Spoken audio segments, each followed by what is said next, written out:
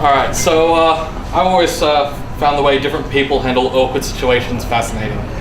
Personally, I then appropriately make light of the situation, sometimes with a dark sense of humour that can border on sick, or just laugh nervously at the often irrational mixture of thoughts and emotions.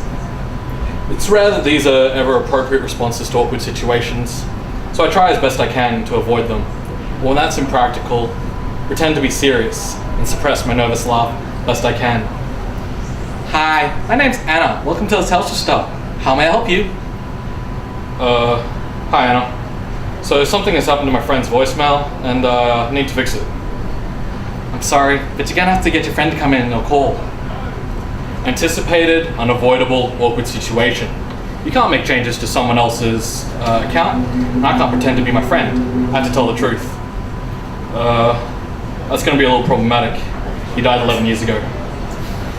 I don't think there was a more tactful way to convey that piece of information. The anxious laughter I stifle comes out 2 huffs of air. Yeah, it's kind of a bit odd, but his mum can't bring himself to cancel his phone plan. She pays the bill every month and even calls on occasion. Don't get me wrong, she's perfectly sane. She knows he's not going to answer. I just think she's having trouble letting go of the few traces of his life that are still left. And his face is a mixture of shock and sadness. I briefly contemplate the strange circumstances, the combination of a son's suicide and a change in Telstra's voicemail policy that led me to tell the story for the first time to Anna. This is at the same time resisting the urge to make light of an expensive manifestation of a mother's grief, or mention how her employers, as unaware as they were, are likely price gouging a dead person. I don't know if she knows that someone has his voicemail code. He was a few years older than me, but we were close. He always used to use his old bike lock code for small things like that. Anyway, after he died, I asked his dad if he wanted me to look after his phone, respond to texts and voicemails, inform friends who didn't know. His dad wasn't so good with mobile phones back then. This was all before smartphones and social media, so news didn't travel as fast back then. Anna looks like she's listening intently, brow creased, nodding, mouth neutral. Has she momentarily forgotten that I was a customer and now just listening to my story? Or is she waiting impatiently for me to get to the point and feigning sympathy?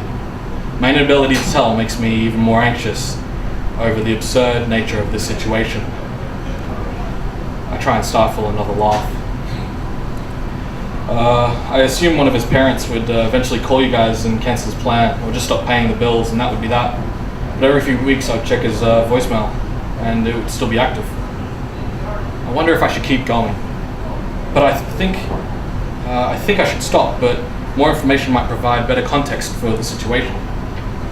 Then the messages started. The first one was simply, "It's so good to hear your voice."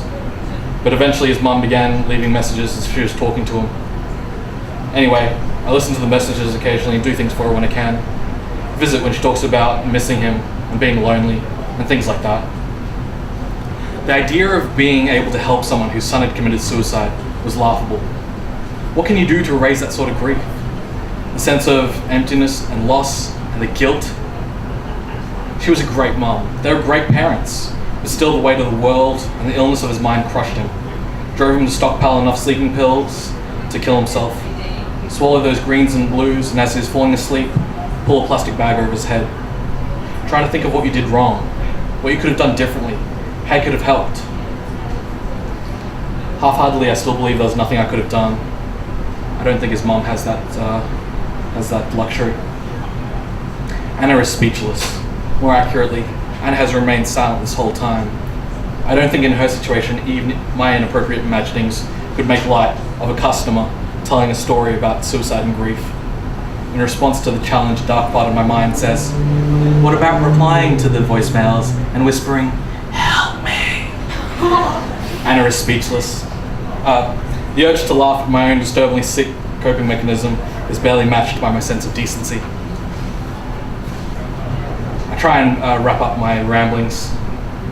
My family lived down the road from his parents, so we've always been close. It's not unusual for me to visit. I don't know if she realizes that I know about his voicemails, but even if she does, I don't want to break the illusion, you know? I don't know what else I can do to help her. I've gone off the topic with Anna enough. I feel sorry for this poor Telstra employee, listening to me, the strange, depressing story. She seems to have more appropriate responses to uncomfortable, awkward situations than myself. A final huff of air almost forms a nervous laugh as I contemplate my next words. Anyway, that's the situation. Can you please see if it's possible to reactivate his voicemail? My apologetic smile suppresses the need to laugh.